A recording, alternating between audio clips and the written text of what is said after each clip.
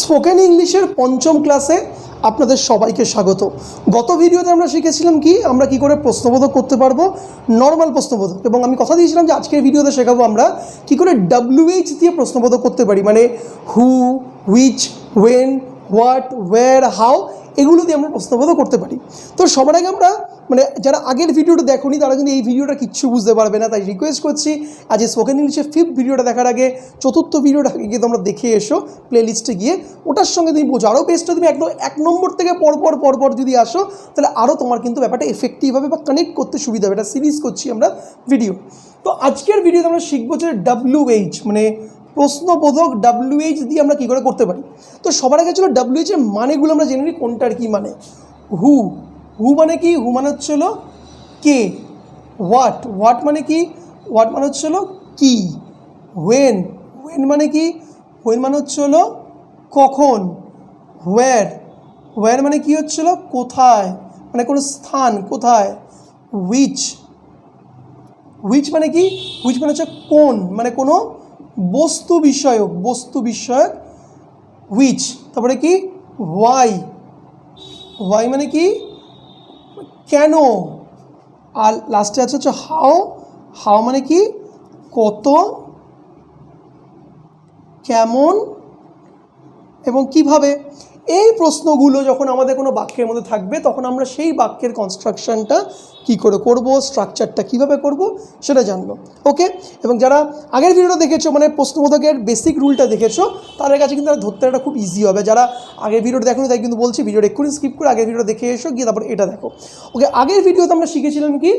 2টো rule শিখেছিলাম, প্রশ্নবোধক করার 2টো রুল শিখেছিলাম। কি শিখেছিলাম? একটা হচ্ছে হেল্পিং ভার্ব থাকলে, মানে who, which, when, what, where, how, এগুলো থাকলে এগুলো বাক্যের একদম সামনে একদম ফার্স্টে আমরা পোস্টিং করে দেবো, রাইট। আর সেকেন্ডকে শিখেছিলাম যদি আমাদের এরম না থেকে থাকে, মানে যদি হেল্পিং ভার্ব না থেকে থাকে তাহলে ডু, ডাজ, ডিড বাক্যে আনবো। বাক্যে কোথায় ডু, ডাজ, ডিড সেটাও লিখে দিয়েছিলাম, মনে করে দেখো, বাক্যের প্রথমে বসাবো সেটা। তো আজকের ভিডিওতে শেখাবো হচ্ছিলো ওগুলো বাদ দিয়ে যদি ডাইরেক্ট এই প্রশ্নগুলো করে তাহলে কী করে করবো আমরা। এটা মুছে দিলাম। চলো এবার আমরা যাবো। আমি একটা করে রুল লেখাবো, আগে রুলগুলো লিখিয়ে দেবো, তারপর বুঝবে। ওকে, রুল 1 হচ্ছে হলো WH বাক্যটি WH দিয়ে শুরু করতে হবে, মানে WH দিয়ে, মানে হু দিয়ে বাক্য শুরু করতে হবে, হোয়াট দিয়ে বাক্য শুরু করতে হবে, ওয়েন দিয়ে বাক্য শুরু করতে হবে, প্রথমেই থাকবে WH। এটা রুল 1। রুল 2 কি? WH এর পর সাধারণত হেল্পিং ভার্ব অর্থাৎ am, is, are, was, were, shall, will, have, has, had বসে, মানে WH হয়ে গেল, তারপরে আমরা এগুলো বসবে। ওকে, রুল 3 হচ্ছে হলো বাক্যটি পড়ে বুঝতে হবে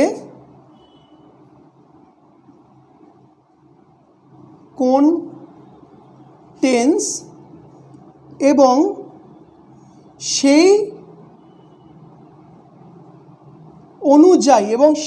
অনুযায়ী প্রশ্নবোধকের বেসিক রুল অনুযায়ী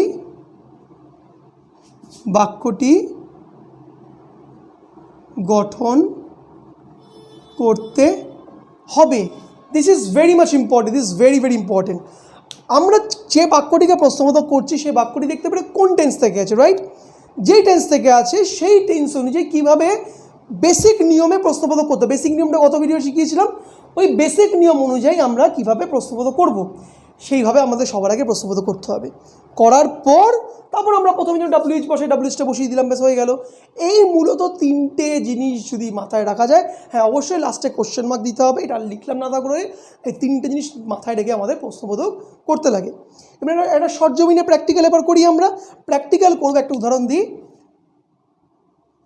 কখন তুমি ভাত খাবে? কখন তুমি ভাত খাবে? এবার কখন তুমি ভাত খাবে তো ভাবো এই কখনটা নেই, ওকে? তাহলে কোন টেন্স? তুমি ভাত খাবে। আমরা ভেঙে ভেঙে করবো সুবিধার্থে। তুমি ভাত খাবে, তুমি ভাত খাবে, এটা কোন টেন্স? এটা হচ্ছে হলো ফিউচার টেন্স। তুমি এটাকে নর্মালি আমরা সেন্টেন্সটাকে গোছাই নর্মাল, মানে অ্যাসার্টিভে করছি। নর্মাল বাক্যটা কী হচ্ছে? তুমি ভাত খাবে। ফিউচার ইনডিফিনিট রুল কী জানি আমরা? You will eat rice. টেন্সের রুল আমি 1 নম্বর ভিডিওতে দেখেছি, প্লেলিস্টে গিয়ে তোমরা দেখে আসতে পারো। You will eat rice. এবার কি বলেছিলাম? টেন্সটি অনুযায়ী বেসিক রুল অনুযায়ী বাক্যটিকে গঠন করতে প্রশ্নবোধক। ফিউচার ইনডিফিনিটের বেসিক রুল কি, মানে প্রশ্ন করার বেসিক স্ট্রাকচার কি বলেছিলাম আগের ভিডিওটাতে? বাক্যে যদি হেল্পিং ভার্ব থাকে, সেই হেল্পিং ভার্বটা গিয়ে বাক্যের প্রথমে চলে আসবে। তা প্রথমে পাঠিয়ে দিই, উইল এখানে হেল্পিং ভার্ব রয়েছে, কী হবে? Will you eat rice? তুমি কি ভাত খাবে? Will you eat rice? But এখানে আমি কি বলেছি? ডাব্লিউএইচটি বাক্যে দিয়ে শুরু করতে, মানে আমরা এখানে এবার ডাব্লিউএইচটা আসছি। এবারে ডাব্লিউএইচ কোনটা? কখন। এটি বাক্যটা তো প্রথমে বসতে হবে। ডাব্লিউএইচের পরে সাধারণত হেল্পিং ভার্ব বসে, হেল্পিং ভার্ব হচ্ছে উইল। তা ডাব্লিউএইচটাই কখন, কী হলো? When will you eat rice, right? এটা ডাইরেক্ট এখান থেকে করা যায়, আমরা দুটো স্টেপ এক্সট্রা করলাম বোঝার সুবিধার্থে। এখানে দেখো প্রত্যেকটা রুল কিন্তু এখানে সুন্দরভাবে ফলো হলো। ডাব্লিউএস দিয়ে বাক্য শুরু হলো, ওকে? ডাব্লিউএসের পরে হেল্পিং ভার্ব বসে, হেল্পিং ভার্ব বসেছে। টেন্স অনুযায়ী আগে আমরা বাক্যটিকে ভয়েস চেঞ্জ করে নিয়েছিলাম, সেভাবে আমরা প্রশ্নবোধক করে নিয়েছিলাম, সেইভাবে প্রশ্নবোধক করে নিলাম। প্রত্যেকটা ফলো করে স্টেপ বাই স্টেপ করলাম।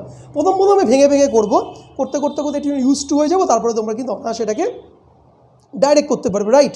এবার আমরা আরেকটা উদাহরণ আমরা যাবো, রাইট? এই উদাহরণটা করলাম, এবার আরেকটা উদাহরণ আমরা যাই, আরেকটা উদাহরণ চাই, ঠিক আছে? আমরা 4টে উদাহরণ করবো ব্যাক টু ব্যাক, ভালো করে দেখো। নেক্সট উদাহরণটা কি হচ্ছে? হলো তুমি কি বই পড়ো? সরি, কোথায় তুমি বই পড়ো, মানে কোন জায়গায় বসে তুমি বই পড়ো, কোথায় তুমি বই পড়ো, রাইট? কোথায় তুমি বই পড়ো। তো কোথায়টা ইংলিশ কি? কোথায় ইংলিশ হচ্ছে হলো ওয়্যার। তো আমরা এটাকে বাদ দিলাম, তুমি কি বই পড়ো, কিটাও বাদ দিলাম, তুমি বই পড়ো, ওকে? তুমি বই পড়ো। এই বাক্যটিকে যখন আমরা প্রশ্নবোধক করবো, সবার আগে আমরা কোথায়টাকে সরিয়ে দিলাম। তুমি কি বই পড়ো, এটাকে অ্যাসার্টিভ করলে কী হবে? তুমি বই পড়ো। তা তুমি বই পড়ো কোন টেন্স? এটা হচ্ছে হলো প্রেজেন্ট ইনডিফিনাইট টেন্স। তা কী করবো এটা আমরা? You read book. এটাকে আমরা কী বলেছি? নর্মাল অ্যাসার্টিভ বলে, এটাকে আমি নর্মাল স্ট্রাকচার অনুযায়ী প্রশ্নবোধক করবো। তার প্রেজেন্ট ইনডিফিনিটের স্ট্রাকচারের প্রশ্নবোধক কী শিখিয়েছিলাম? রুল 2 গত ভিডিও শিখিয়েছিলাম। হেল্পিং ভার্ব না থাকলে বাড়ি থেকে ডু, ডাস বা ডিড আমরা আনবো, ওকে? তো বাড়িতে কী আনবো? প্রেজেন্ট টেন্সে ডু। তা কী আনবো আমাদের? হবে do you read book, question mark. আর কি? ডাব্লিউএসটা বাক্যের প্রথমে আসে। কোথায় ইংলিশ কি? Where, where do you read book, কোথায় তুমি বই পড়ো। আশা করি বুঝতে পারলাম। তবে সেম স্ট্রাকচার, আমরা বেসিক রুল যেটা শিখেছিলাম, সেই বেসিক রুলটারই প্রথমে আমরা ওয়্যারটা বসিয়ে দিচ্ছি, ডাব্লিউএসটা বসিয়ে দিচ্ছি। এবার আমরা একটা থার্ড এক্সাম্পল করবো। থার্ড এক্সাম্পল একটা করি, বললে আরও তোমাদের কাছে স্বচ্ছ ধারণাটা তোমাদের কাছে চলে আসবে। থার্ড হচ্ছে হলো এক্সাম্পলটা হচ্ছে হলো আমাদের, ফর দ্য এক্সাম্পল, কীভাবে সে ক্রিকেট খেলছিল। কিভাবে সে ক্রিকেট খেলছিল। তো নর্মাল করলে কী হবে? সে ক্রিকেট খেলছিল, কোন টেন্স? এটা present continuous tense. He was playing cricket. এখানে প্রশ্ন মতো কী করলে কী হবে, ওয়াজ হেল্পিং ভার্ব রয়েছে, ওয়াজটাকে চলে আসবে, ওয়াজ হি প্লেয়িং ক্রিকেট। প্রথমে WH আনতে বলেছিলাম, কীভাবে ইংলিশ কি, হাউ, কী হবে, how was he playing cricket, how was he playing cricket, right, বোঝা গেল। এই হচ্ছিল মোরাললেস এই তিনটে রুলের উপরে ভিত্তি করে আমরা কিন্তু এই প্রেজেন্ট WH দিয়ে আমরা কিন্তু অনায়াসে প্রশ্নবোধক বাক্য করে ফেলতেই পারি। আশা করি বোঝাতে পেরেছি। তো এই ছিল ছোটো ছোটো বিষয়, এটাতে আমরা WH নিয়ে কিন্তু প্রচণ্ড আমরা প্রশ্ন করি, কী রে তুই কখন আসবি, বলি না, okay, when will you come here. আমরা প্রশ্ন করি যে মা তুমি আজকে কী রান্না করছো, mom what are you cooking. আমরা জিজ্ঞেস করি what are you cooking mom today. এবার প্রশ্ন করি বাবা তুমি তুমি আমাকে কত টাকা দেবে, father how much money will you give me. Okay, এইভাবে কিন্তু আমরা প্রশ্নবোধক করতে পারি WH ইউজ করে, এই স্ট্রাকচার বা এই রুলকে ফলো আপ করে। আশা করি ব্যাপারটা বুঝতে পেরেছো। তো এই তো গ্রামার পার্ট হলো। এবার আমরা আজকে টপিকের পার্টে চলে আসি। আমি প্রত্যেক ভিডিওতে বলি যে গ্রামার যতটা জোর দিয়ে করছো তার থেকে ডবল পার্ট দিয়ে তোমাকে জোর দিয়ে কিন্তু তোমাকে কমিউনিকেশন পার্ট বা কথা বলার পার্টটা ইমপ্রুভ করতেই হবে। দেখো ব্যাপারটা হচ্ছিলো, তুমি গ্রামার শিখে গেলে কিন্তু ইংলিশে কথা বলা শিখবে না, তোমার পারপাসটা কি স্পোকেন ইংলিশ, তাহলে স্পোকেন ইংলিশ ব্যাপারটা ইমপ্রুভ হলোই না। তো স্পোকেন ইংলিশে কনসিস্টেন্টলি কথা বলার জন্য প্রথম যে জিনিসটা তোমার দরকার, ভাই তোমাকে গ্রামারের সাথে সাথে ইংলিশে কথা বলতে হবেই, রোজ বলতে হবে। মানে এমন নয় যে আজকে বললাম কালকে বললাম আবার 4 দিনের গ্যাপ দিলাম আবার তারপরে 2 দিন করলাম, not like that. Make it as a habit. তোমাকে প্রত্যেক দিন তোমাকে ইংলিশে কথা বলা একটা অভ্যাস, বাস তোমাকে এটা কিন্তু হ্যাবিটে পরিণত করতে হবে। এবং ভেরি ইজি, একটা বা দুটো করে সেলফ ডুয়েল কনভারসেশন করো। সেলফ ডুয়েল কনভারসেশন কীভাবে করবে এটা দ্বিতীয় ভিডিওতে আমি দেখিয়েছি। প্রত্যেক দিন 2 থেকে 3টে করে প্রেজেন্টেশন বা এক্সটেম্পোর দাও। এগুলো তুমি যদি প্রত্যেক দিন সাথে সাথে করো তোমার ইংলিশ বলার ক্ষমতা বা স্ট্যামিনা কিন্তু বাড়বেই। আর বন্ধুরা নেক্সট ভিডিওটা কিন্তু খুব গুরুত্বপূর্ণ হতে চলেছে। নেক্সট ভিডিওতে আমরা কথা বলবো হলো আমাদের এটা তো আমাদের 5ম ভিডিও হলো, আমাদের 6th ভিডিওতে কথা বলবো কিন্তু আমরা কীভাবে আমরা ভোকাবুলারি ইমপ্রুভ করবো। প্লাস আমি বেশ কিছু ভালো ভালো ভোকাবুলারি বা স্টকওয়ার্ডসও তোমাদের দেবো। তাই এই ভিডিওটা দেখছো, দেখে লাইক শেয়ার কমেন্টস করতে ভুলো না, এবং অবশ্যই পরে ভিডিওটা দেখো, তার জন্য সাবস্ক্রাইব করে নাও। এবং তোমার বন্ধুবান্ধব কেউ থাকলে তাদেরও চাই মোবাইল ফোনটি ধরে আমার চ্যানেলটি সাবস্ক্রাইব করিয়ে দাও। দেখা হবে পরে ইন্টারেস্টিং টপিকে। ততক্ষণ good bye and see you once again.